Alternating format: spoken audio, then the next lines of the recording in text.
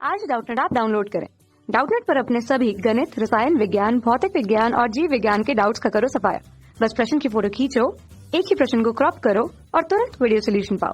अभी डाउनलोड करें। Hello students, प्रश्न है वृषण के जर्माइनल एपिथेलियम में पाई जाने वाली सपोर्टिंग कोशिकाएं हैं। तो स्टूडेंट्स सबसे पहले समझ लेते हैं जर्माइनल एपिथेलियम जो है ये कहाँ पाई जाती है। तो लिख लेते हैं यहाँ पर वृषण।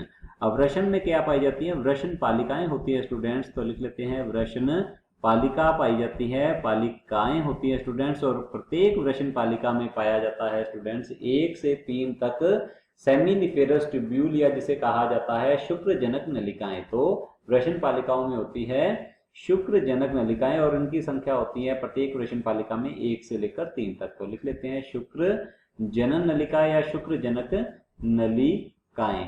तो शुक्रजनक नलिकाएं जो है इनकी जो उपकला होती है उसे कहा जाता है जननिक उपकला या इसे जर्माइनल एपिथेलियम भी कहा जाता है। और ये जो जननिक उपकला है इसमें 2 प्रकार की कोशिकाएं पाई जाती हैं। तो लिख लेते हैं, एक तो होती है स्टूडेंट्स स्पर्मेटोगोनिया या इन्हें नर जर्म कोशिकाएं कहा जाता है। तो हम यहाँ लिख लेते हैं स्पर्मेटोगोनिया होती हैं जिनमें की अर्धसूत्री विभाजन के द्वारा शुक्राणु का निर्माण होता है। तो लिख लेते हैं यह शुक्राणु निर्माण के लिए उत्तरदायी होती है। और दूसरे प्रकार की होती है सर्टोली कोशिकाएं। तो लिख लेते हैं स्टूडेंट्स इन्हें सर्टोली कोशिकाएं कहा जाता है। सर्टोली कोशिकाएं होती हैं या फिर इन्हें नर्स कोशिका के नाम से भी जाना जाता है। तो लिख लेते हैं नर्स कोशिका।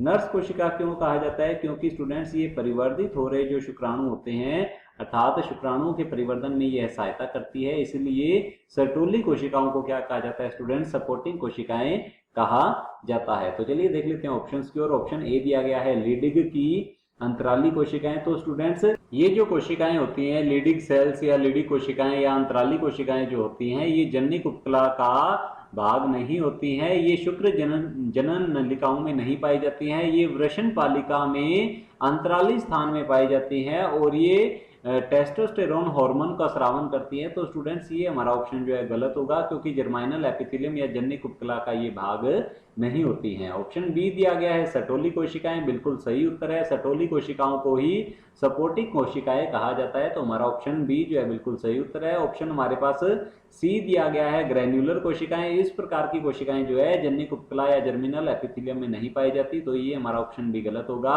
और ऑप्शन डी दिया हुआ है फैगोसाइट्स अर्थात भक्षकाणु। तो ये कोशिकाएं भी नहीं होती स्टूडेंट्स, तो इन्हें भी हम क्रॉस कर देंगे। यह गलत ऑप्शन है हमारा। ऑप्शन बी जो है बिल्कुल सही उत्तर है। कक्षा 6 से 12वीं से लेकर नीट, IIT, JEE वो एडवांस के लेवल तक 1 करोड़ से ज्यादा छात्रों का भरोसा। आज ही डाउनलोड करें डाउटनेट ऐप या व्हाट्सएप करें अपने सारे डाउट्स 8400 400 400 पर।